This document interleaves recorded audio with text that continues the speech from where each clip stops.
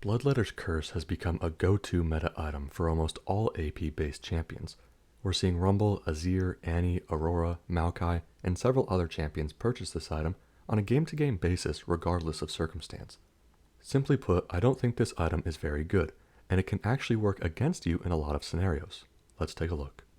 I think it's safe to compare Bloodletters to Black Cleaver, as it has very similar stat offerings and essentially the same defense shred passive, but for magic resist instead of armor. My first point here is for you to think about situations in which Black Cleaver passive gets significant value.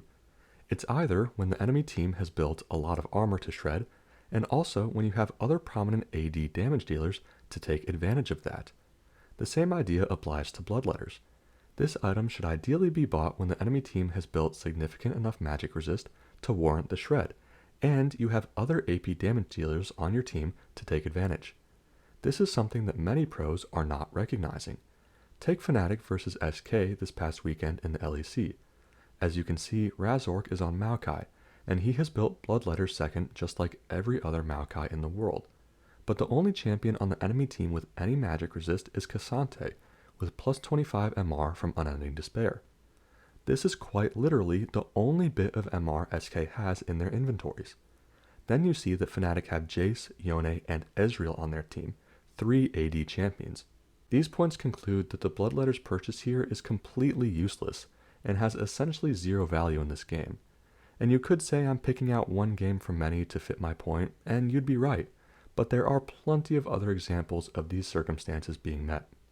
Going back to the Black Cleaver comparison, it's also important to note that both of these items shred 30% armor or magic resist only when it's fully stacked. With 7.5% per stack and this Maokai build being solely focused on sapling poke, the likelihood of consistently or ever getting to that full 30% magic resist shred is very low. Another comparison you can make is between Cleaver and LDR, which is the only item in the game that offers percent armor pen in its stats. So is stacking percent shred on Black Cleaver or permanent percent penetration on all damage from LDR better? Now I know this isn't a great point because there are different archetypes of items. One is for bruisers and one is for marksmen, but the same cannot be said for Bloodletters and Void Staff, which are both meant for AP mage style champions. A similar argument can be made again. Would you rather have a maximum of 30% magic resist shred, which again will not be achieved consistently, or the 40% magic penetration from Void Staff? For example, if an enemy champion has 100 magic resist, and you have fully stacked Bloodletters shred on them, you will do damage to that champion as if they had 70 magic resist. If you have Void Staff, you will not need to stack any damage, and always do damage as if they had 60 magic resist. And keep in mind, this comparison is generous to Bloodletters, giving it the benefit of the doubt that it can be fully stacked. In addition, Void Staff gives 95 ability power, 30 more than Bloodletters, so it will literally always do more damage than Bloodletters Curse. My last brief point is to say that if you ever have both Bloodletters and Void Staff, you're actually working against yourself.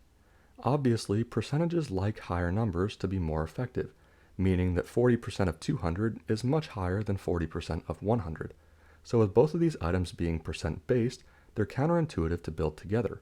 For instance, if an enemy has 100 magic resist and you shred them down to have 70 magic resist, the 40% pen from Void Staff is giving you less pen than if the champion was at 100 magic resist. A small point, as I don't see them built together often, but it's still there. In conclusion, Bloodletters is a hugely over-purchased item in the current competitive meta.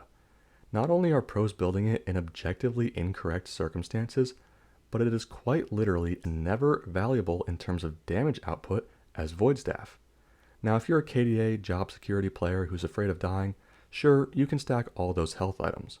But if you want to do your job well as an AP mage style champion, do yourself a favor and buy Void Staff. Thanks for watching. See you next time.